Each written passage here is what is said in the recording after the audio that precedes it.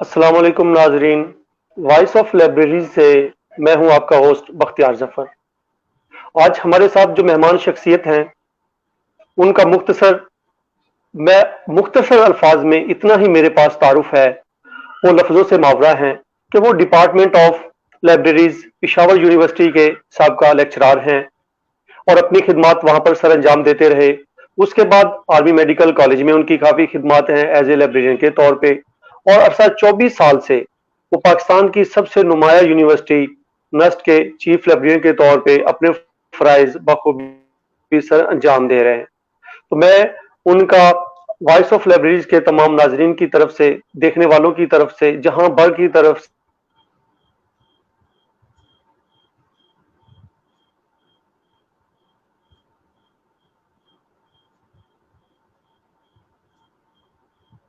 سے جناب سر مدرا، السلام علیکم سر۔ وعلیکم السلام بختیار صاحب، بہت شکریہ آپ کی دعوت کا۔ سر امید ہے کہ آپ خیریت سے ہوں گے۔ ہم نے یہ ایک پروگرام شروع کر رکھا ہے کہ پاکستان کے اندر موسٹ جو سینئرز لوگ ہیں ان کا ہم انٹرویو کرتے ہیں۔ بہت زبردست، بہت اچھا آپ نے کام شروع کیا ہے، اور انشاءاللہ اللہ آپ کو اس کی جزا دے جو پروفیشن کے لیے آپ خدمت کر رہے ہیں۔ جی شکریہ سر۔ تو سر میرا پہلا سوال ہے آپ سے کہ آپ نے سر اپنی زندگی کے 24 سال، بہت بڑے سال ہوتے ہیں یہ زندگی کے، آپ نے ایک ادارے کے اندر سرو کر دیے، اور آپ نے ان 24 سال کے اندر اپنی جاب سے کس حد تک مطمئن ہیں، اور آپ نے 24 سال کے اندر کتنی اچیومنٹس ہیں جو اس شعبہ کے حوالے کی ہیں آپ نے، اور آپ ایک نمایاں لیڈر کے طور پہ سامنے آئے ہیں؟ میں تو خیر لائبریری سائنس کا ایک معمولی سا اسٹوڈنٹ ہوں، میں تو اپنے آپ کو لیڈر نہیں سمجھتا، لیکن میں نے نسٹ جو ہے وہ جون 96 میں جوائن کی تھی۔ تو نسٹ کے اندر میں مختلف اداروں میں خدمات سر انجام دیتا رہا ہوں۔ میری جو پہلی اپوائنٹمنٹ تھی، پہلی جو پوسٹنگ تھی، وہ ملٹری کالج آف انجینئرنگ رسال پور میں تھی۔ تو وہاں پہ بھی میں نے جو ان کی لائبریری تھی، اصل میں جس لائبریری میں بھی گیا ہوں تو میں پہلا پروفیشنل لائبریرین ہوتا تھا جو وہاں پہ جاتا تھا، تو اس لیے مجھے فرام اسکریچز لائبریری کو آرگنائز کرنا پڑتا تھا۔ ملٹری کالج آف انجینئرنگ میں ارشاد صاحب مجھ سے پہلے کچھ تھوڑا ایک 4-5 مہینے رہے تھے، تو انہوں نے ایک بیس تو ڈیولپ کر دی تھی، لیکن ایم سی میں تمام جو کلاسیفیکیشن ہے، کیٹالاگنگ ہے، کمپیوٹرائزیشن ہے، وہ ساری مجھے کرنی پڑی۔ پھر زیادہ تر عرصہ میرا آرمی میڈیکل کالج میں گزرا، اور آرمی میڈیکل کالج میں جب آیا تو میرے اوپر یہ بھید کھلا کہ جو میڈیکل لائبریرین شپ ہے اس میں بہت بڑا ویکیوم ہے، اور بہت کم کام میڈیکل لائبریرین شپ کی طرف توجہ دی گئی۔ تو میرا زیادہ تر جو کام ہے وہ میڈیکل لائبریرین شپ میں ہے، میڈیکل لائبریریز کے حوالے سے ہے، لیکن الٹیمیٹلی پھر جب وہ میڈیکل کالج ہم سے الگ ہوا تو مجھے نسٹ میں آنا پڑا، اور یہاں پہ پھر جو تیسری لائبریری تھی school of social sciences and humanities, جس کو ہم S3H کہتے ہیں، اس کی لائبریری میں نے اسٹیبلش کی، جو کہ نیا ایک اسکول کھلا تھا ان دنوں۔ اس کے بعد پھر مجھے ٹاسک دیا گیا کہ آپ سینٹرل لائبریری بنائیں، اور مجھے سینٹرل لائبریری اسٹیبلشمنٹ کمیٹی کا ہیڈ بنا دیا گیا۔ تو میری سب سے بڑی اچیومنٹ میرے خیال میں یہی ہے میرے پروفیشن کے حوالے سے، جو میں نے نسٹ کی سینٹرل لائبریری اسٹیبلش کی، جس کا شمار پاکستان کی ٹاپ کی جو چند لائبریریز ہیں اس میں آج کل ہوتا ہے۔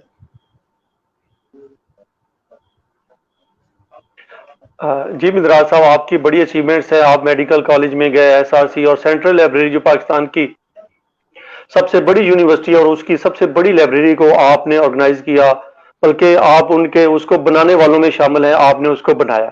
سر ایک سوال اگلا یہ بنتا ہے میرا کہ آپ نے اتنی ایزی جاب جو لیکچرشپ کی جاب تھی، لوگ اس کو پاکستان میں بڑی سہل جاب سمجھتے ہیں، بڑی پرسکون جو ہے، 1 بجے کے بعد جناب آپ آرام کر کے جا کے ریسٹ کرتے ہیں، کوئی ٹینشن نہیں ہوتی۔ آپ نے وہ چھوڑ کے اور آپ ایک لائبریرین 24 گھنٹے جس کی جاب ہوتی ہے، آپ اس ایک ہارڈ جاب کی طرف کیوں آئے؟ یہ کیا وجہ تھی؟ اس کے پس پردہ کیا ایسے محرکات تھے؟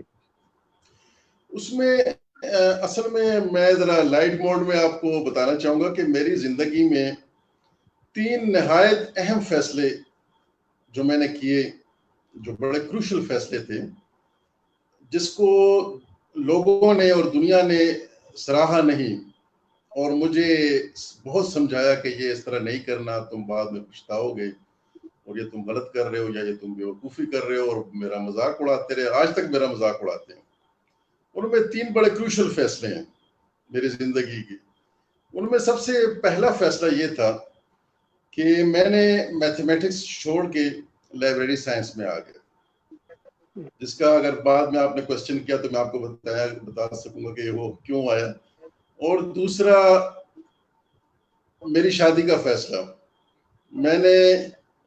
جب میں نے ایم ایل ایس کر لیا اور میں پشاور یونیورسٹی میں جاب پہ لگ گیا لیکچرر، تو میری گھر والوں کی طرف سے بہت زیادہ ایک میرے اوپر پریشر آیا کہ اب شادی ہو جانی چاہیے۔ تو میں نے ان کو فری ہینڈ دے دیا کہ آپ جہاں چاہیں میری شادی کر دیں۔ اور میری والدہ نے کئی دفعہ میرے سے پوچھا کہ دیکھ لو بعد میں کوئی مسئلہ نہ کر دینا، تو میں نے ان سے کہا نہیں، آپ جہاں مرضی میری شادی کر دیں، مجھے بتانے کی بھی ضرورت نہیں ہے۔ تو ایسا ہی ہوا، اور میں نے بغیر سوچے سمجھے اور بغیر ان دیکھے جہاں والدین نے کہا وہاں شادی کر لی۔ اور تیسرا فیصلہ تھا لیکچررشپ چھوڑنے کا۔ لیکچررشپ، ٹیچنگ اور ریسرچ میرا پیشن تھا، اور اکثر آپ نے سنا ہوگا کہ پیشن اور پروفیشن اگر ایک ہو جائے تو زندگی کا مزہ آ جاتا ہے۔ اور میرے ساتھ ایسا ہوا جس کے چانسز بہت کم تھے، کیونکہ پورے کے پی میں ایک ہی ڈپارٹمنٹ تھا لائبریری سائنس کا، اور وہاں پہ ہمارے چیئرمین فدا صاحب جو وفات ہوئی، ان کی وجہ سے ایک پوسٹ خالی ہوئی اور میری وہاں پہ اپوائنٹمنٹ ہوئی۔ تو میں نے اچانک فیصلہ کر لیا کہ میں لیکچررشپ چھوڑ کے لائبریرین شپ کی طرف آ رہا ہوں۔ تو یہ تینوں فیصلے ایسے ہیں جس کا میرے پاس نہ کوئی جواب ہے نہ کوئی جواز ہے، لیکن مجھے کوئی ملال اور ریگریٹ بھی نہیں ہے۔ مطلب میں ان فیصلوں سے بہت خوش ہوں۔ ٹھیک ہے۔ اچھا سر، آپ جیسے آپ نے ابھی بتایا ہے آپ کی بات کہ آپ میتھمیٹکس کو چھوڑ کے آپ لائبریری سائنس کی طرف آئے، تو ایسی کیا چیز آپ نے لائبریری سائنس کے اندر دیکھی، یا اس ڈپارٹمنٹ کے اندر دیکھی، یا اس ڈگری کے اندر دیکھی کہ آپ اتنا ایک بڑا سبجیکٹ، جو لائبریری سائنس کو تو عام طور پہ ایک معمولی سا سبجیکٹ سمجھا جاتا ہے، اس کو چوائس آپ نے لیا، اس کو چھوڑ کے میتھمیٹکس کو، اس کی کیا وجہ تھی؟ میتھمیٹکس میرا بچپن سے ہی بہت ہی پسندیدہ مضمون تھا، اور میں ہمیشہ اس میں تقریباً پورے نمبر لیتا رہا ہوں۔ تو سب کچھ اسی طرح ہو رہا تھا جیسے میں چاہ رہا تھا، جیسے میں نے پلان کیا تھا۔ میں نے بی ایس سی کی ڈبل میتھ فزکس میں۔ تو میرا ڈومیسائل جو ہے وہ بیسیکلی سوابی کا ہے، اور ہم سیٹلر ہیں ایبٹ آباد حویلیہ میں۔ تو ایبٹ آباد کا جو کالج ہے، پوسٹ گریجویٹ کالج، اس میں میتھمیٹکس کا ڈپارٹمنٹ کافی پرانا ہے۔ تو میرے گھر والوں کی یہی کوشش تھی کہ میں یہی ایڈمیشن لے لوں، لیکن وہاں ہوتا یہ تھا کہ 50% جو سیٹیں تھیں وہ ریزرو تھی فار ہزارہ ڈومیسائل، کہ جن کا ڈومیسائل ہزارہ کا ہو، اور 50 سیٹیں اوپن میرٹ کی تھیں۔ تو مجھے ڈر تھا کہ پتہ نہیں اس اوپن میرٹ میں میرا داخلہ اگر نہ ہوا تو کیا ہوگا۔ تو حفظ ماتقدم کے طور پہ میں پشاور یونیورسٹی جا رہا تھا۔ راستے میں مجھے ویگن میں ایک لڑکا ملا، اور اس سے میں نے پوچھا کہ پشاور یونیورسٹی کس طرف ہے، اور میں پہلی دفعہ وہاں جا رہا تھا۔ اس نے کہا آپ فکر نہ کریں، میں بھی ادھر ہی جا رہا ہوں، آپ فارم جمع کرانے جا رہے ہیں؟ میں نے کہا جی۔ نے کہا میں بھی فارم جمع کرانے جا رہا ہوں، آپ بے فکر ہو کے بیٹھے، میں آپ کے ساتھ ہوں اور آپ کو پورا گائیڈ کروں گا۔ وہ لڑکا، ہم انکوائری گئے، انکوائری کے ساتھ لائبریری تھی، سینٹرل لائبریری، اور اس کی انیکسی میں لائبریری سائنس ڈپارٹمنٹ تھا۔ تو جب میں نے فارم میتھمیٹکس میں اور فزکس میں جمع کرا دیا، تو اس نے مجھے، وہ اتنا سنسیئر اور اتنا اچھا لڑکا تھا کہ اس نے مجھے انسسٹ کرنا شروع کر دیا کہ اس ڈپارٹمنٹ میں فارم جمع کراؤ۔ اب میں اسے کہہ رہا ہوں کہ اس سے میرا کوئی انٹرسٹ نہیں ہے، مجھے اس سے میں آنا نہیں چاہتا، تو کیوں فارم میرا ضائع کر رہے ہو، ہم کسی اور کمپیوٹر سائنس وغیرہ میں جمع کرا دیتے ہیں۔ کہتے نہیں، آپ ادھر جمع کرائیں، بعد میں دیکھیں گے۔ تو اس کی انسسٹ کی وجہ سے اور اس کی وہ خلوص کی وجہ سے میں اس کو انکار نہیں کر سکا، اور میں نے اس کی وجہ سے فارم جمع کرا کے واپس آ گیا، اور بعد میں بھول گیا کہ میں نے کسی ڈپارٹمنٹ میں فارم جمع کرایا، اور میتھمیٹکس میں میرا ایڈمیشن بھی ہو گیا پوسٹ گریجویٹ کالج میں۔ میرے گھر والے بڑے خوش تھے کہ گھر کے قریب ہی اس کا داخلہ ہو گیا ہے، کلاسیں لے کے واپس آ جائے گا، بزنس میں بھائیوں کا ہاتھ بھی پٹائے گا، اور بھی گھر کے 100 کام کرے گا، اور لڑکا بھی آنکھوں کے سامنے رہے گا۔ تو وہ بڑے خوش تھے، اور میرا ایڈمیشن ہو گیا۔ تو جیسے ہی میرا ایڈمیشن ہوا تو وہاں پہ چونکہ سردیوں میں گرمیوں والی چھٹیاں سردیوں میں ہوتی ہیں، تو اور یہاں پہ جب گرمیوں کی چھٹیاں ہوتی ہیں تو وہاں پہ چھٹیاں نہیں ہوتی۔ ہماری کلاسز شروع ہو گئی، تو وقت کے ساتھ مجھے احساس ہوا کہ میں نے بہت بڑی غلطی کی ہے، کہ جس کالج سے میں نے بی ایس سی کی اسی سے میں ایم ایس سی کر رہا ہوں، وہی کالج والا انوائرمنٹ، وہی کالج والے ٹیچر، اور وہی کلاس فیلو بھی میری چینج ہو گئے، کیونکہ باقی سبجیکٹس میں لوگ کسی کا ایڈمیشن ہوا، کسی کا نہیں ہوا، کسی کا کہیں ہو گیا، کسی کا کہیں ہو گیا۔ تو میں بالکل ہی ڈپریس ہو گیا کہ یہ میں نے کیا کر دیا ہے، مجھے تو کسی یونیورسٹی میں جانا چاہیے تھا، اور میں بڑی الجھن میں تھا اور بڑا ڈپریس تھا۔ اس دوران لائبریری سائنس کے جو ایڈمیشنز ہوتے تھے وہ بڑے لیٹ ہوتے تھے، جب سارے ایڈمیشنز ہو جاتے تھے تو اس کے بعد بی ایڈ اور لائبریری سائنس اور ان کے ایڈمیشن ہوتے تھے۔ تو ایک دن مجھے کال ملی کہ تمہارا ایڈمیشن کے لیے انٹرویو ہے، تو مجھے بس راہ فرار ملا، اور میں تو بڑا کھل اٹھا کہ تو مجھے ایک راستہ مل گیا۔ اب مجھے ڈپارٹمنٹ کا کوئی نام یاد نہیں ہے، مجھے کوئی اس کا نہیں ہے۔ وہاں میرے ٹیچر تھے نوازش صاحب، ان سے میں نے بات کی تو انہوں نے کہا یار چھوڑو میتھمیٹکس کو، یہ بڑا زبردست سبجیکٹ ہے، یہ اوپر لائبریرین بیٹھے ہوئے، جا کے اس سے مل لو۔ ان کے پاس میں گیا تو انہوں نے مجھے کہا کہ ہم تو ڈپلوما کر کے کلیریکل پوزیشن سے یہ 16-17 گریڈ میں کے لیے آئے ہیں، تو اس فیلڈ میں تو سوری اذان آ رہی ہے، 1 منٹ ہے سر۔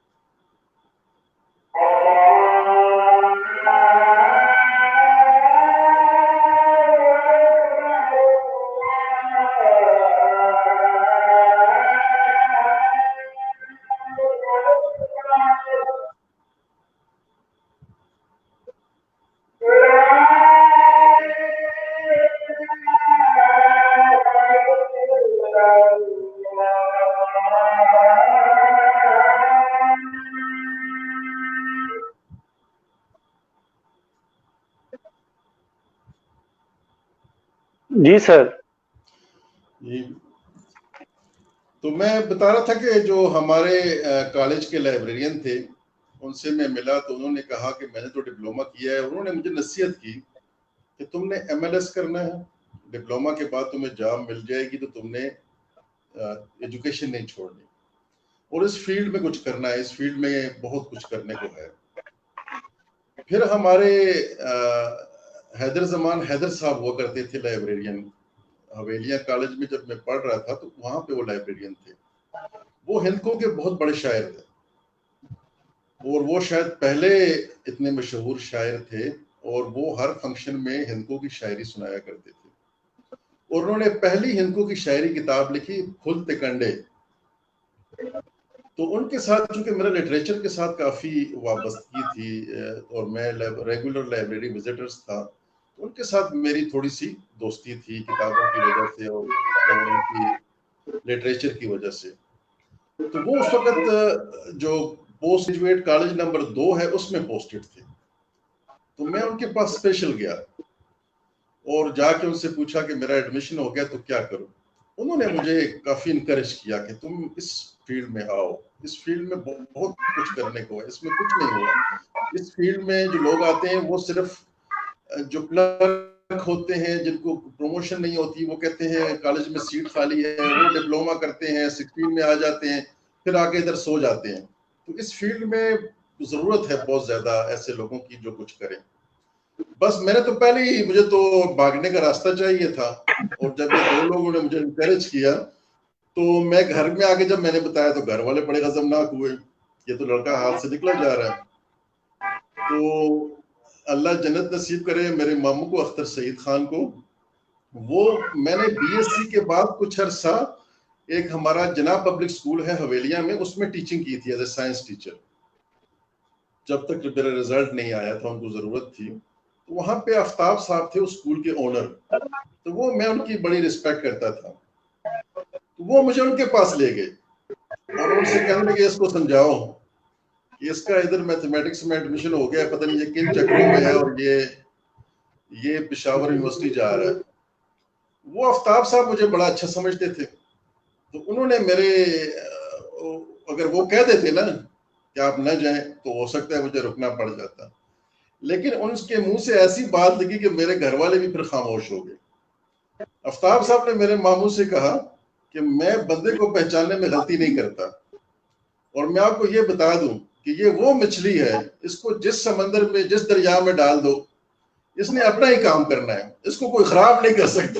تو لہٰذا یہ جدھر جانا چاہتا ہے اس کو جانے دیں. تو جب انہوں نے یہ بات کی تو پھر گھر والے خاموش ہو گئے اور میں بس چلا گیا. پھر میں نے انٹرویو دیا, ایڈمیشن ہو گیا, ہاسٹل میں داخلہ لیا. تو اس کے بعد اس پہ اکثر میں ایک شعر پڑھتا ہوں, مجھے اگر کلاس میں بھی اسٹوڈنٹس پوچھیں تو میں ان کو صرف ایک شعر میں جواب دیتا ہوں, وسیع شاہ کے ایک شعر میں. وسیع شاہ کا شعر ہے کہ تم میری پہلی محبت تو نہیں ہو لیکن میں نے چاہا ہے تجھے پہلی محبت کی طرح. تو میں نے محبت تو میتھمیٹکس سے کی تھی لیکن میں نے لائبریری سائنس کو میتھمیٹکس سے پڑھ کے ہی چاہا ہے. زبردست سر. آج ساتھی طور پہ آئے, دوستوں کے کہنے پہ فارم جمع کروایا, پھر آپ لیکچرار بھی اسی ادارے کے اندر ہو گئے, پھر آپ نے نسٹ کو جوائن کر لیا اور 24 سال آپ نے اس کے اندر سرو کر دیے. کمال ہے سر, بہت خوبصورت سر. سر آگے ہم چلتے ہیں کہ سر پاکستان کی جو نسٹ یونیورسٹی ہے اس کا پاکستان میں بڑی جامعات میں اس کا شمار ہوتا ہے.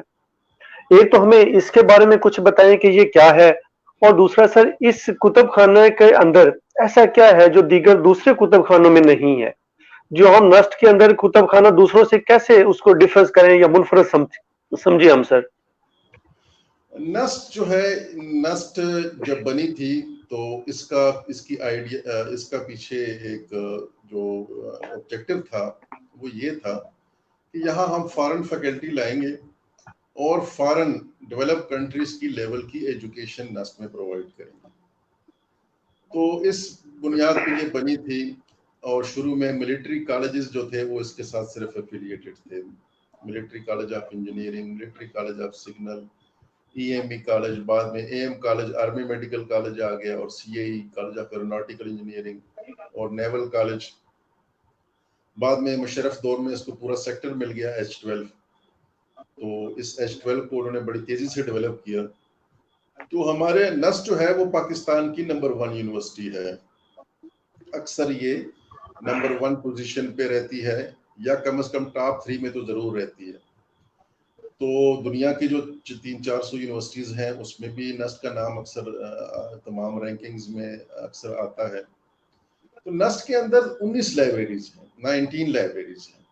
شروع میں جب سینٹرل لائبریری نہیں تھی تو ہر اسکول کی اپنی لائبریری تھی. ہمارے جو فیکلٹی ہے اس کو ہم اسکول کہتے ہیں، جس میں 2-3 ڈپارٹمنٹس ہوتے ہیں ریلیونٹ جو بھی. تو ہماری 19 لائبریریز ہیں جس میں ایک سینٹرل لائبریری ہے.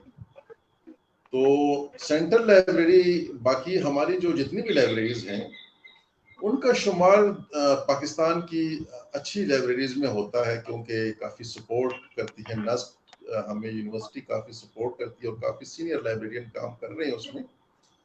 تو اس میں جو سینٹرل لائبریری ہے وہ ان دو چار لائبریریز میں ہے جو کہ فلی آٹومیٹڈ ہے. ہمارا سیلف چیک ان چیک آؤٹ ڈراپ باکس، ہمارا کوہا 19 لائبریریز کا یونین کیٹلاگ آپ کو ملے گا. کسی ایک لائبریری کو سرچ کرنا چاہیں، ہماری لائبریری کی موبائل ایپ آپ کو اس میں اویلیبل ہے جس پہ آپ سرچ کر سکتے ہیں. ہم نے ای ریسورسز پہ بڑا کام کیا ہے. ہمارے تھیسز آن لائن ہیں سارے، جو ای تھیسز ہیں، ای بکس ہیں، باقی جو ریسورسز ہیں. اور یہاں پہ انفارمیشن لٹریسی انسٹرکشن کو ہم نے کافی کوشش کی ہے کہ لوگوں کو انسٹرکشن دی جائیں، اور ہمارا کافی اسٹوڈنٹس کے ساتھ انٹریکشن کافی زیادہ ہے، فیکلٹی کے ساتھ اور اسٹوڈنٹس کے ساتھ. جی تو سر آپ نے بڑی ایک نئی چیز بتائی ہے کہ آپ کی لائبریری کے اندر جو ایک ایپ بھی آپ نے انسٹال کر رکھی ہے یا بنا رکھی ہے جس کے ذریعے اسٹوڈنٹس یا فیکلٹی اس کو سرچ کرتے ہیں. یہ ایک نئی چیز ہے، باقی لائبریریوں کو بھی اس کو اڈاپٹ کرنا چاہیے. سر آپ نے ابھی آٹومیٹڈ کی بات کی ہے، آٹومیٹڈ کا بڑا زور ہے پاکستان کے اندر، ہم دیکھتے ہیں. سر ذرا یہ بتائیے گا کہ یہ جو ڈیجیٹل لائبریری ہے یا آٹومیٹڈ لائبریری ہے یہ کیا چیز ہے، اور اس کو کیوں لائبریریوں کو اس کو اڈاپٹ کرنا چاہیے، کیوں اس کے اوپر ہمیں جانا چاہیے؟ آٹومیشن اور ڈیجیٹل لائبریریز تو دو مختلف چیزیں ہیں. آٹومیشن تو یہ ہے کہ آپ جو اپنے پروسیجرز ہیں ان کو آٹومیٹ کر دیں، ان کو میکنائز کر دیں. جیسے ہمارا ایشو ریٹرن ہے تو اس کو ہم نے سیلف چیک ان مشین رکھی ہوئی ہے کہ آپ اپنا جو بایو میٹرک کے ذریعے یا کارڈ رکھیں اور کتاب رکھیں، کتاب خود ایشو کرا لیں. آپ کا انٹریکشن جو ہے وہ سٹاف سے کم ہوگا. اسی طرح ڈراپ باکس پڑا ہے تو آپ خود کتاب اس میں ڈال دیں، وہ ریٹرن ہو جائے گی اور آپ کو ریسیٹ مل جائے گی. اسی طرح آپ کا جو کیٹلاگ ہے وہ آن لائن پڑا ہوا ہے، آپ اس میں خود سرچ کر لیں بجائے اسٹاف سے کہنے کے. تو جب آپ اسٹوڈنٹس اپنی پروسیجرز کو اور اپنی سروسز کو آٹومیٹ کرتے ہیں، میکنائز کرتے ہیں، تو وہ ایک فیسلٹی ہے ان کو فیسلیٹیٹ کرنے کے لیے، اسٹوڈنٹس کو فیسلیٹیٹ کرنے کے لیے. ڈیجیٹائزیشن کا تو مقصد ہے کہ آپ اپنے ریسورسز کو ڈیجیٹل فارمیٹ میں کنورٹ کر لیں. جیسے ہمارے تھیسز ہیں، ہماری ای بکس ہیں، یا ہمارے کوئی نیوز لیٹر ہیں، باقی اس طرح کی چیزیں ہیں، اور اس کو ایکسیسیبل کر دیں تھرو ویب سائٹ. تو جب آپ ڈیجیٹل فارمیٹ میں چیزوں کو ایکسیس کرنا شروع کر دیں تو یہ ڈیجیٹائزیشن ہے. تو دونوں ضروری ہیں. دیکھیں نا، ابھی اگر ہم ڈیجیٹائزیشن ہم نے نہ کی ہوتی، HEC ڈیجیٹل لائبریری نہ ہوتی، ہمارے تھیسس ڈیجیٹائز نہ ہوتے، ہمارے پاس ای بکس کا خزانہ نہ ہوتا، تو یہ صورتحال کسی نے ایکسپیکٹ کی تھی کہ ابھی ہمارے پاس کوئی اور آپشن ہی نہیں ہے. اس وقت تو جب ہم کسی کو ای بک دیتے تھے تو وہ کہتے تھے نہیں مجھے پرنٹ دو، میں ای بک نہیں پڑھ سکتا یا سکتی، مجھے آپ پرنٹ بک دیں.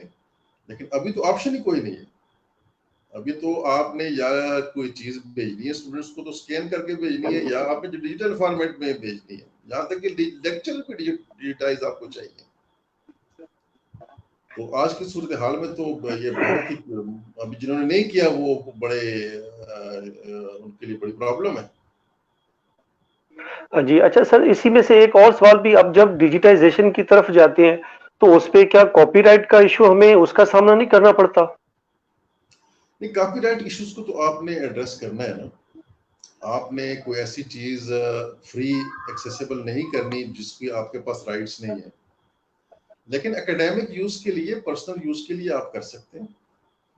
جو کاپی رائٹ جتنی آپ کو اجازت دے رہا ہے اتنا ہی آپ نے کرنا ہے. آپ یہ تو نہیں کر سکتے کہ کوئی کتاب آپ ڈاؤن لوڈ کر کے تو اس کو اپنی ویب سائٹ پہ اس کو فری ایکسیس دے دیں لوگوں کو. تو اس کو آپ نے تھوڑا سا کرٹین کرنا ہے ایز پر جتنا کاپی رائٹ آپ کو اجازت دے رہا ہے اس کے اندر آپ کر رہے ہیں کہ آپ نے کرنا ہے. جی اچھا سر، ایک اور چیز بتائیے گا، آپ نے ایم فل اور P H D Punjab University سے کی ہے، تو کیا ہم پاکستان میں جو ریسرچ کا، خاص طور پہ لائبریری سائنس کے اندر جو ریسرچ کا معیار ہے، اس کو اگر ہم انٹرنیشنل لیول پہ دیکھیں تو ہم کہاں پہ کھڑے ہیں اس وقت؟ میں تو پہلے تو میں پازیٹیو سائڈ کو لیتا ہوں، تو پھر جو آپ کا نیگیٹو سائڈ ہے اس کو ہم کریں گے. پازیٹیو چیز کیا ہوئی ہے؟ جب میں نے 2005-6 میں میڈیکل لائبریرین شپ جوائن کی، اس وقت کوئی ریسرچ کرنے والا نہیں تھا سوائے ہمارے جو چند ٹیچرز ہیں. ان کے علاوہ کوئی شخص ریسرچ، کسی کو ریسرچ کا آئیڈیا نہیں تھا، کوئی ریسرچ آرٹیکل نہیں لکھ رہا تھا، اور ایک اوپینین بیسڈ ایک ایسیز ٹائپ آرٹیکل لکھے جا رہے تھے. تو میں نے ایک دو چار چیزیں، جو میں چونکہ ایڈیٹوریل ٹیم میں شامل تھا ہمارے جو میڈیکل جرنل تھا اس کی، وہاں سے مجھے تھوڑا سا آئیڈیا ملا اور میں نے سیکھنا شروع کیا اور لکھنا شروع کیا. لیکن آج آپ دیکھ لیں آج کیا صورتحال ہے. آج آپ کو ہر دوسرے تیسرے دن فیس بک پہ میسج مل جاتا ہے کہ میرا آرٹیکل امپیکٹ فیکٹر جرنل میں اور اچھے امپیکٹ فیکٹر جرنل میں پبلش ہو گئے. یہ بڑی بات ہے کہ کچھ لوگ ایسے تو پیدا ہو گئے ہیں نا جو بڑے اچھے جرنلز میں لکھ رہے ہیں، اچھے ریسرچ آرٹیکلز لکھ رہے ہیں، اور ایسے بہت ہیں. ان کے آرٹیکل پڑھ کے مجھے خوشی ہوتی ہے کہ ہم سے اچھے لکھ رہے ہیں. ہم ویسا نہیں لکھ سکتے جتنا ہماری نئے نسل میں کچھ لوگ ہیں، جس طرح کی ریسرچ آرٹیکلز اور جن جرنلز میں وہ پبلش کر رہے ہیں وہ ہم سے بہت بہتر کر رہے ہیں. تو کوانٹٹی میں سے کوالٹی بھی نکل گئی ہے. لیکن جو دوسرا آپ نے سوال کیا کہ اس کا معیار، تو لاہور میں ایک یونیورسٹی میں ایک ہائی پروفائل شخصیت کنوکیشن کے دوران تقریر کر رہی تھی. تو انہوں نے پبلکلی بڑے کومنٹس دیے کہ جو ہماری ایم فل اور ایم ایس کا معیار ہے وہ شرمناک ہے. شرمناک، انہوں نے شرمناک کا لفظ یوز کیا، اور یہ لائبریری سائنس کے لیے نہیں کیا تھا، یہ باقی سبجیکٹس کے لیے کیا تھا. تو آپ سوچ لیں کہ لائبریری سائنس میں کیا حالات ہوں گے. تو معیار تو دن بدن گر رہا ہے، ایک کمپٹیشن شروع ہے. لیکن مجھ سے اکثر یہ سوال ہوتا ہے کہ آپ کہاں سے ایم فل کیا جائے، یا کس کو سپروائزر رکھا جائے، اور کیسے کیا جائے، اس کا معیار کیسے ہے، کس کا معیار ٹھیک ہے، کس کا معیار خراب ہے. تو میں نے اپنا ایک کرائٹیریا بنایا ہے. میں انہیں سمپل جواب دیتا ہوں. میں انہیں کہتا ہوں کہ اگر یہ چھوڑ دیں کہ کسی نے ایم فل کس کی سپرویژن میں کیا ہے اور کس اسکول کس ڈپارٹمنٹ سے کیا ہے، اگر ایک ایم فل کا اسٹوڈنٹ اپنے ایم فل کے تھیسس میں سے کم از کم ایک آرٹیکل اچھے امپیکٹ فیکٹر جرنل میں پبلش کرا لیتا ہے تو اس کی ایم فل معیاری ہے. اور اگر ایک پی ایچ ڈی بندہ اپنے پی ایچ ڈی تھیسس میں سے کم از کم 2 ریسرچ آرٹیکل اچھے امپیکٹ فیکٹر والے جرنل میں پبلش کرا لیتا ہے تو اس کی پی ایچ ڈی کو میں مانتا ہوں. اس ایم فل کو بھی میں مانوں گا، اس پی ایچ ڈی کو بھی مانوں گا. اگر ایسا نہیں ہے کہ وہ اپنے ایم فل کے تھیسس میں کوئی آرٹیکل کرا سکا، وہ اپنے پی ایچ ڈی کے تھیسس میں 2 آرٹیکل بھی پبلش نہیں کرا سکا کسی اچھے جرنل میں، تو اس کی ظاہر ہے پھر آپ خود ہی اندازہ لگا لیں، آپ خود ہی گن لیں. میں نے آپ کو کرائٹیریا دے دیا ہے، آپ خود گنتی کر لیں کتنے لوگ ہیں جو ایسا کرتے ہیں اور کتنے % لوگ ہیں جو ایسا کرتے ہیں. لیکن ایک چیز بڑی پازیٹیو ہے کہ جو بہت بڑی کوانٹٹی آئی ہے نا، اس میں کچھ لوگ کوالٹی کی بھی آگے ہیں. جی انشاءاللہ ہم امید کرتے ہیں کہ اس کے اندر اور بھی کوالٹی آتی جائے گی کوانٹٹی کے ساتھ ساتھ. سر آپ پی ایل اے کے بڑے فعال رکن رہے ہیں اور آپ بھی ہیں، تو آپ کیا آپ کا پی ایل اے کے پلیٹ فارم کے اوپر کیا کردار رہا ہے ابھی تک کا؟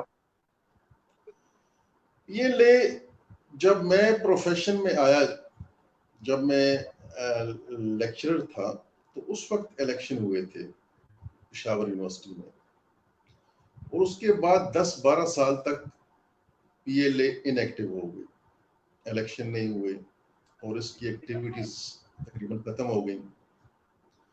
تو جب میں آرمی میڈیکل کالج میں میری ٹرانسفر ہوئی، اس وقت یعقوب صاحب اور باقی جو ہمارے سینئر لائبریرین تھے جتنے بھی، سب نے مل کے، خالد صاحب اور یہ نیشنل لائبریری کے جو تھے نذیر صاحب، یہ سارے لوگ سر جوڑ کے بیٹھے، جس میں اسلامک انٹرنیشنل کے باقی لائبریرین، اسلام آباد کے لائبریرین، مطلب میں سب کا نام نہیں لے پاؤں گا، لیکن بہت سے لائبریرینز نے مل کے اس کو ریوائیو کیا۔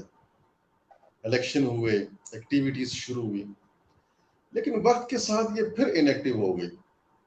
اس میں انا کے مسئلے آ گئے، اس میں گروپنگ شروع ہو گئی، اور اس میں عجیب سی ایک ڈرٹی پولیٹکس شروع ہو گئی، اور ابھی آپ دیکھ رہے ہیں کہ P L A in active ہے، اس طرح ایکٹیو نہیں ہے، حالانکہ اس سچویشن میں پی ایل اے کو بہت آگے آنا چاہیے تھا، لیکن پی ایل اے اس طرح ایکٹیو نہیں ہو پائی۔ اور دوسرا آپ دیکھیں کہ پی ایل اے کا وجود مجھے بتا دیں، اگر میں آپ سے کہوں کہ پی ایل اے کدھر ہے، تو آپ مجھے کوئی ایسی جگہ بتا سکتے ہیں، کسی جگہ کی طرف اشارہ کر سکتے ہیں؟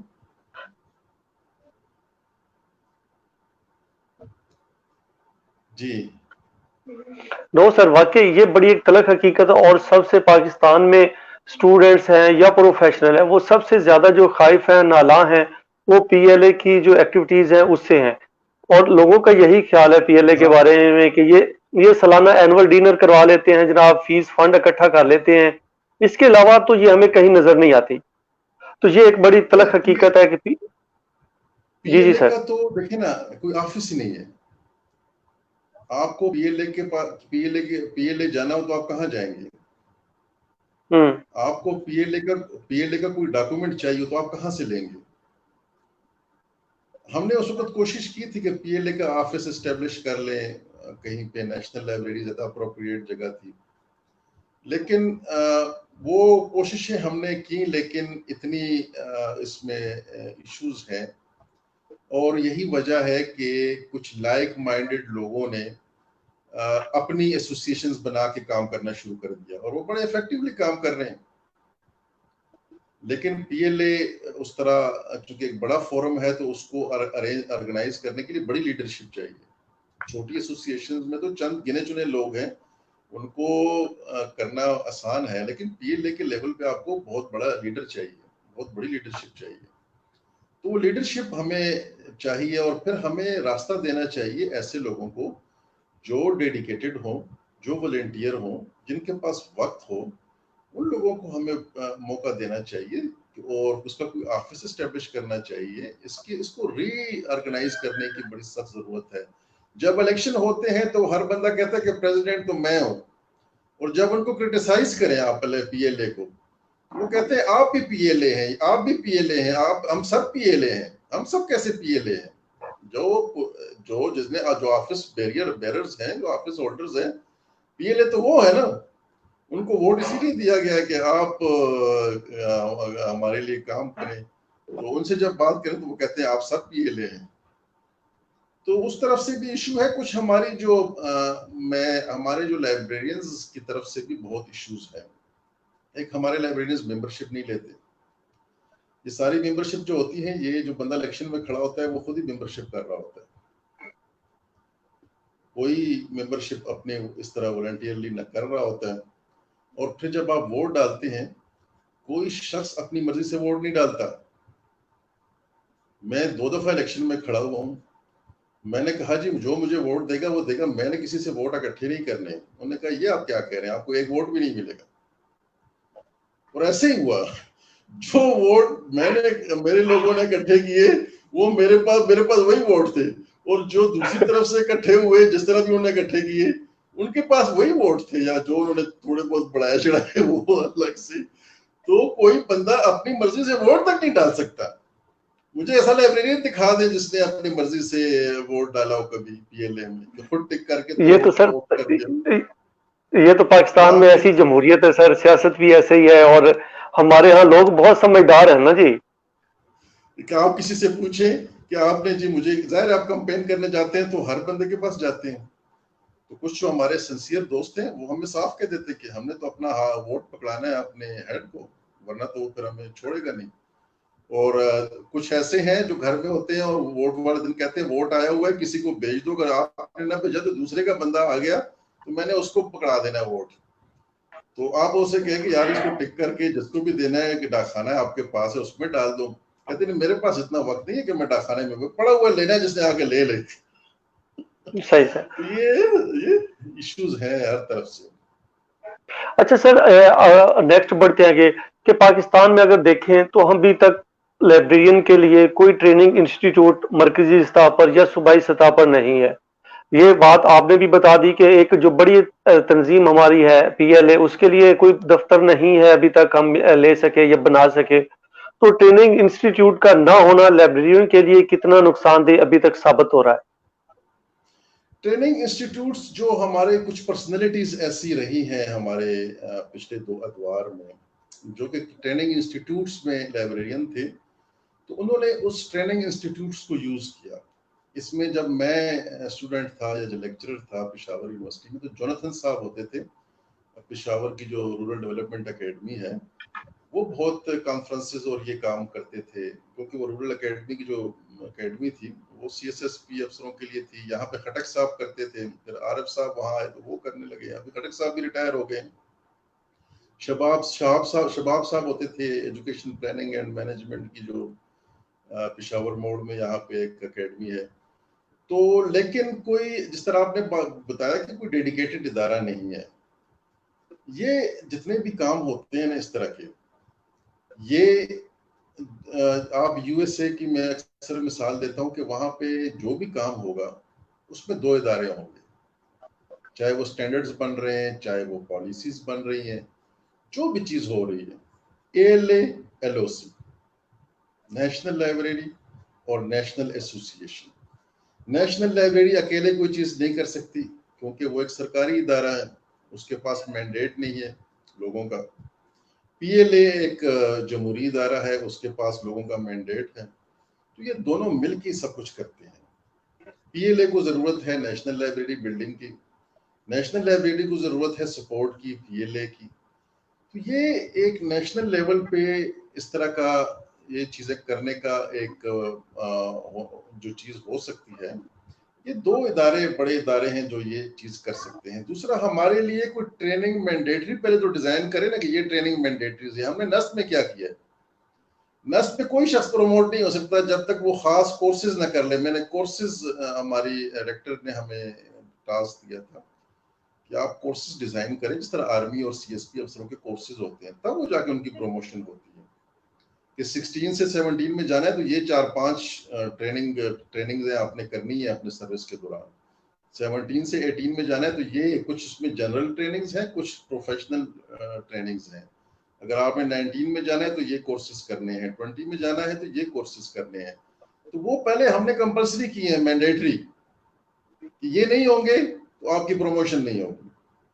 اور پھر ہم نے ان کے لیے وہ ارینج بھی کرتے ہیں ٹریننگز جو ہے نا, کچھ وقت کے بعد جو ہے نا ہم کچھ باہر سے ریسورس پرسن بلا کے تو اس کو آرگنائز بھی کرتے ہیں.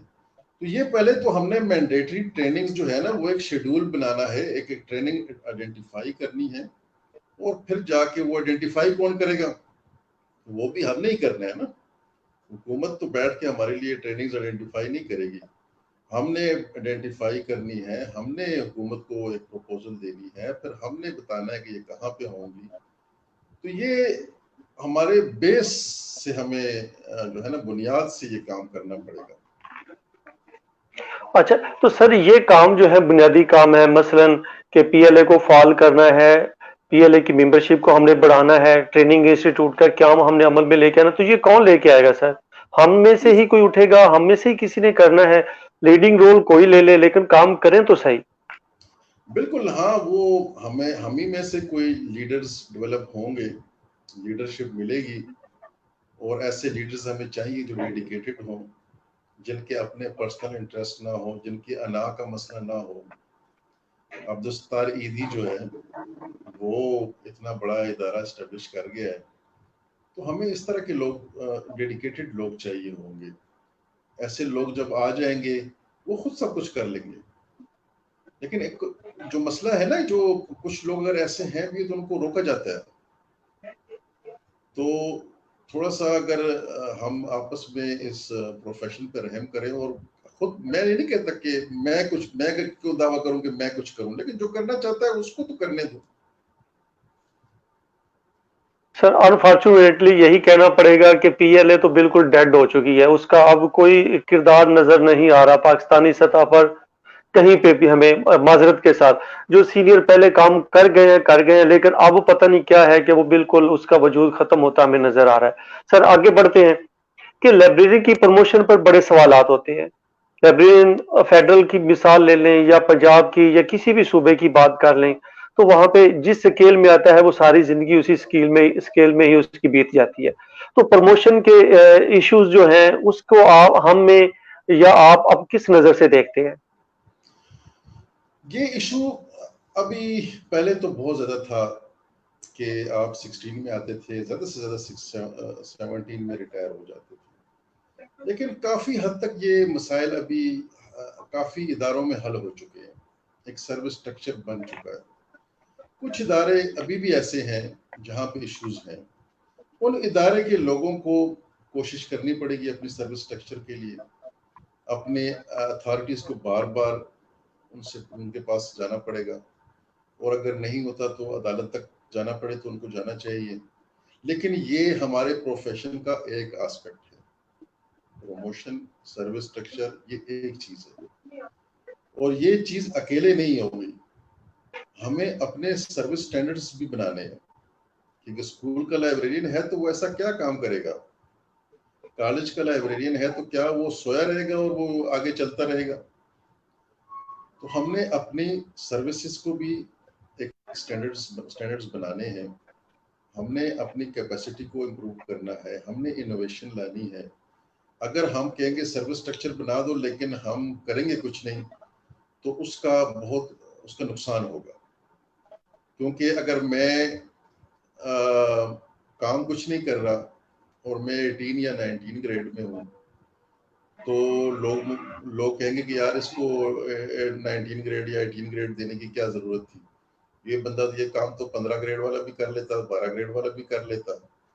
لیکن اگر مجھے کوئی کہے کہ مدرار صاحب آپ کون سے گریڈ میں، میں اسے کہوں کہ میں 18 میں ہوں یا 17 میں ہوں، اور وہ کہے یار آپ کو تو 20 میں ہونا چاہیے تھا، آپ کو تو 21 میں ہونا چاہیے تھا، تو یہ تو اچھی بات ہے. لیکن اگر کوئی آپ کے گریڈ کو یہ کہے کہ یہ کام تو 12 گریڈ والا بھی کر سکتا ہے، تو یہ ہم نے سوچنا ہوگا کہ ہم نے ساتھ اپنی سروسز کو امپروو کرنا ہوگا. اور کالج لائبریرین کے لیے تو شروع میں یہ آپشن بہت پہلے جب میں ایم ایل ایس کر رہا تھا اس وقت یہ آپشن دی گئی تھی کہ آپ ٹیچنگ کیڈر میں شامل ہو جائیں. آپ کو لیکچرر، اسسٹنٹ پروفیسر اسی طرح آپ اسی کیڈر میں آ جائیں جس طرح باقی ہیں. آپ پرنسپل بھی بنیں گے، آپ اسی طرح پروموٹ ہوں گے، اس میں کوئی ڈسکریمنیشن نہیں ہوگی. ڈی پی نے ایکسیپٹ کر لیا، ہمارے جو ڈائریکٹر فزیکل ایجوکیشن ہے انہوں نے ایکسیپٹ کر لیا. ان کا مسئلہ اس وقت حل ہو گیا تھا، ہم نے نہیں ایکسیپٹ کیا. کیوں ایکسیپٹ نہیں کیا؟ ہمارے سینئر لوگوں نے، کہ انہوں نے کہا تھا ہم لسٹ میں آپ کو آخر میں ڈالیں گے. انہوں نے کہا یہ تو ہم سروس پوری ہو جائے گی اور ہمارا نمبر نہیں آئے گا، تو لہٰذا نہیں ہمیں الگ ہی رکھو. تو وہ اپنے پرسنل بینیفٹ کے لیے انہوں نے اس کو ایکسیپٹ نہیں کیا. تو ابھی بھی میرے خیال میں اگر کوشش کی جائے تو یہ اس کو کیا جا سکتا ہے. جی سر آگے تھوڑا سا بتائیے گا کہ ہماری جو صوبائی سطح پر ہے، ایک صوبے کے جو لائبریرین ہیں ان کا دوسرے صوبے کے ساتھ کوئی لنک نہیں ہوتا. میں پروفیشنل ہوں تو پنجاب سے ہوں، تو میں سندھ کے کسی لائبریرین کو نہیں جانتا، سندھ والے کے پی کے کو، کے پی کے والے بلوچستان کو نہیں جانتے. تو کیا ہم ٹھیک ہے فزیکلی ہمارا ایک دوسرے سے کنٹیکٹ نہ ہو لیکن ٹیکنالوجی ہے، کیا ہم کوئی ایسی ویب سائٹ لانچ کر سکتے ہیں یا ہم کو ایسا گروپ تشکیل دے سکتے ہیں جس کے ذریعے تمام صوبے آپس میں ایک لائبریرین جو ہے وہ کنیکشن ان کا آپس میں ہو جائے؟ دیکھیں نا، باقی پروفیشن میں کونسلز ہوتی ہیں نا، کونسل جس طرح پاکستان میڈیکل ڈینٹل کونسل ہے، آپ اس کی ویب سائٹ پہ چلے جائیں، کوئی شخص اس وقت تک پریکٹس نہیں کر سکتا جب تک وہ رجسٹرڈ نہ ہو پی ایم ڈی سی میں. کوئی انجینئر اس وقت تک پریکٹس نہیں کر سکتا جب تک وہ پاکستانی انجینئرنگ کونسل میں رجسٹرڈ نہ ہو. کوئی نرس اس وقت تک پریکٹس نہیں کر سکتی جب تک وہ نرسنگ کونسل میں رجسٹرڈ نہ ہو. تو وہ کونسل کے لیے ہم نے کوشش کی تھی ایچ ای سی کے ساتھ، لیکن کچھ بیچ میں ایسی ایشوز آ گئے. ہم نے لیٹر بھی، ڈاکٹر خالد صاحب جب پریزیڈنٹ تھے تو انہوں نے لیٹر لکھا ایچ ای سی کو کہ ہمارے لیے کونسل قائم کی جائے، ایکریڈیشن کونسل. اور ویسے تو ہمیں ایک نیشنل کونسل کی ضرورت ہے، جس طرح پی ایم ڈی سی ہے، پاکستان نرسنگ کونسل ہے. اس پہ میری پورا ایک آرٹیکل لکھا ہوا ہے، آن لائن پڑھا ہوا ہے. تو وہ کونسل اگر بن جاتی ہے اور ہر شخص جو ہے نا ایم ایل ایس کرنے کے بعد وہ رجسٹرڈ ہو، تو وہ آٹومیٹک ایک ویب سائٹ اور ایک ڈائریکٹری بن جائے گی، اور ہمیں پتا ہوگا کتنے لوگوں نے ایم ایل ایس کیا ہوا ہے، کتنے لوگ پریکٹس کر رہے ہیں، کہاں پہ ہیں. تو جب ہمارے پاس آرگنائزیشنز ہی نہیں ہیں تو یہ کام کیسے ہوگا؟ جی سر، پاکستان میں لائبریریوں کا سب سے بڑا مسئلہ آپ کی نظر میں کیا ہے، اور لائبریرین کا سب سے بڑا مسئلہ آپ کس کو سمجھتے ہیں؟ لائبریریز کا جو سب سے بڑا مسئلہ ہے، ہماری جو یونیورسٹی لائبریریز ہیں وہ تو ٹھیک ہے، ان کی سٹیٹس کافی بہتر ہے. کالج لائبریری میں آئی ٹی انفراسٹرکچر نہیں ہے. اسکول میں لائبریری اس طرح سے ہے ہی نہیں. اسکول میں لائبریری، پرائمری اسکول میں لائبریرین اور لائبریری کی ضرورت ہے، اور فیمیل لائبریرین کی ضرورت ہے ہر پرائمری اسکول میں. جب تک پرائمری اسکول میں لائبریری نہیں بنے گی اور لائبریری ٹیچر بھرتی نہیں ہوگی تو کیسے آپ لائبریریز کا ایک مائنڈ سیٹ جو ہے نا وہ کریٹ کر سکیں گے. کالج لائبریریز ہیں لیکن وہ وہی ٹریڈیشنل لائبریریز ہیں، بکس اور الماریاں اور کرسیاں. وہاں پہ وہ اس طرح آئی ٹی انفراسٹرکچر نہیں ہے. یونیورسٹیز لائبریری بہتر ہیں، ٹھیک جا رہی ہیں. پبلک لائبریریز کے بلڈنگز تو بہت بڑی بڑی بنا لی ہیں، اس کے اندر نہ کمپیوٹر ہے نہ انٹرنیٹ ہے، اور وہاں پہ بھی ایشوز ہیں، ان کی ٹائمنگز کے ایشوز ہیں، ان کی سروسز کے ایشوز ہیں. وہ کمیونٹی سروسز اس طرح نہیں دے رہے. جس طرح بھی ای لائبریریز بنی ہیں تو وہ بہت چھوٹی ہیں. بیسیکلی تو وہ ای لائبریریز ہیں، لیکن وہاں وہ تو بیسیکلی ہائبرڈ لائبریریز ہیں نا، وہاں پہ تو بکس بھی ہیں اور آن لائن ریسورسز بھی ہیں. وہاں وہ بہت چھوٹی بن گئی ہیں، مطلب اس میں اتنی سپیس نہیں ہے، لیکن وہ بھی کافی اچھا رول پلے کر رہی ہے. تو ہر جو ٹائپ آف لائبریری ہے اس کے اپنے ہی ایشوز ہیں. اور جہاں تک لائبریرین کا ہے تو لائبریرین کا سب سے بڑا ایشو جو ہے وہ ان کی سافٹ سکلز ہیں. ہمارے لائبریرین ایم ایل ایس کر کے ان میں مطلب آپ کی جو انٹرویو ہوتا ہے نا اس میں لوگ اتنا اچھا پرفارم نہیں کر پاتے. وہ ان کو ڈریسنگ، ان کی کمیونیکیشن سکلز اور ان کی سافٹ سکلز کی بڑے ایشوز ہیں. تو جب تک ہمارے اسکولز جو ہیں وہ بھی اس کو ایڈریس کریں اور ایسی ٹریننگز ہوں ہمارے لائبریرینز کی کہ ان کی سافٹ سکل جو ہے نا جو ان کو امپروو کرنا بہت ضروری ہے. جی سر، آگے بڑھتے ہیں. تو سر بڑے شہروں میں تو پھر بھی لائبریریوں کا جو سٹینڈرڈ ہے وہ کافی حد تک ہم بہتر دیکھتے ہیں، لیکن اس سے نکل کر جب ہم چھوٹے شہروں کی طرف دیکھتے ہیں تو وہاں پہ لائبریریوں کا جو وجود ہے وہ بڑا خطرے میں ہے. وہاں پہ کوئی سہولیات نہیں ہے، بلکہ لائبریریاں نہ ہونے کے برابر ہیں. تو بڑے شہروں سے نکل کر ہمیں چھوٹے شہروں کی جو لائبریریاں ہیں اس کی طرف توجہ دینے کی ضرورت ابھی تک کیوں نظر نہیں آ رہی؟ اس کی وجہ یہ ہے کہ ہم نے ایک تو یہ ایزیوم کر لیا ہے کہ لائبریری میں کوئی نہیں آئے گا یا لائبریریوں کی ضرورت نہیں ہے. یہ ہم نے ایزیوم کر لیا ہے، اور اس ایزمپشن کا اظہار ہم دن میں کئی دفعہ کرتے ہیں. وہ کہتے ہیں جھوٹ جب بار بار بولا جائے تو وہ سچ لگنے لگتا ہے. تو پریارٹی نہیں ہے. آپ لائبریرین، میں تو جہاں بھی دیکھا ہے لائبریری بنی ہوئی ہے وہاں میں نے رش ہی دیکھا ہے. کوئٹہ جیسے شہر میں وہ جو قائد اعظم لائبریری ہے اس کی تصویر بڑی وائرل ہوئی تھی، اخبار میں آئی تھی کہ اس کے باہر جو ہے نا وہ لائبریری 8 بجے کھلنی ہے اور 1 گھنٹہ پہلے لائن لگی ہوئی ہے. لوگ لائبریری کھلنے کا انتظار کر رہے ہیں لائن میں لگ کے. تو لائبریریوں کی پہلے تو ہمیں ایک مائنڈ سیٹ کو چینج کرنا ہے کہ لائبریریاں ضروری ہیں، اور ہم نے لوگوں کو یہ اور اتھارٹیز کو یہ کم از کم باور کرانا ہے کہ لائبریریاں ہونی چاہیے. اگر ایک محلے میں ایک مسجد جو ہے نا یہ راتوں رات کھڑی کر دیتے ہیں چندے اکٹھے کر کے، کرتے ہیں کہ نہیں کرتے؟ کبھی آپ نے کوئی محلہ دیکھا ہے جس میں مسجد نہ ہو؟ بالکل.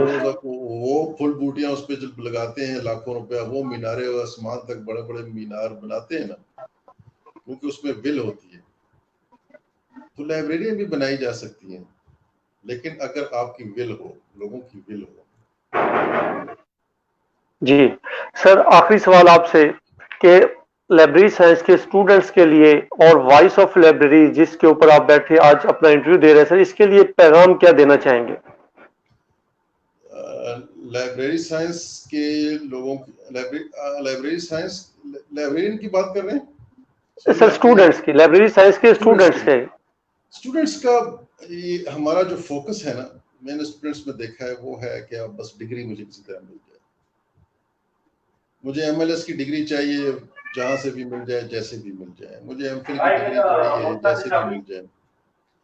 تو یہ جو ڈگری اورینٹڈ ہماری سوچ ہے نا، اس کو یہ ڈگری آپ کو کچھ نہیں دے سکتی. آپ کو آپ کا اسکل، آپ کی ایکسپرٹیز اور آپ کا نالج یہی آپ کو پے کرے گا. ڈگری آپ کو کچھ پے نہیں کرے گی. آپ ڈگری لے کے جائیں گے تو خوار ہی ہوں گے. تو ڈگری اورینٹڈ سوچ نہ رکھیں، نالج اورینٹڈ سوچ رکھیں. اور وائس آف لائبریریز ماشاء اللہ آپ نے بہت اچھا کام کیا ہے اس لاک ڈاؤن کے دوران. تو اس کو میرے خیال میں ریگولر ہونا چاہیے. آپ پرسنالٹیز کا انٹرویو کریں اور ایشو اورینٹڈ انٹرویوز بھی کریں کہ خاص جو ایشوز ہیں ہمارے لائبریری LIS کے، اس پہ بھی ایشوز پہ آپ کوئی پینل بلا کے تو انٹرویوز کر سکتے ہیں اور ان کو پروڈکٹیو بنائیں. اور یہ بہت اچھا کام آپ نے شروع کیا ہے، اور میری دعا ہے کہ اللہ آپ کو کامیاب کرے اور آپ دن بدن یہ اس فورم کو، یہ فورم جو ہے نا یہ کچھ اس کا کوئی رزلٹ نکلے. تو انشاءاللہ امید ہے کہ انشاءاللہ سر، انشاءاللہ. شکریہ سر، بہت مہربانی. Thank you sir, thank you very much. بہت شکریہ، بہت شکریہ اختیار صاحب، بہت مزہ آیا، بہت مہربانی. جی سر، تھینک یو.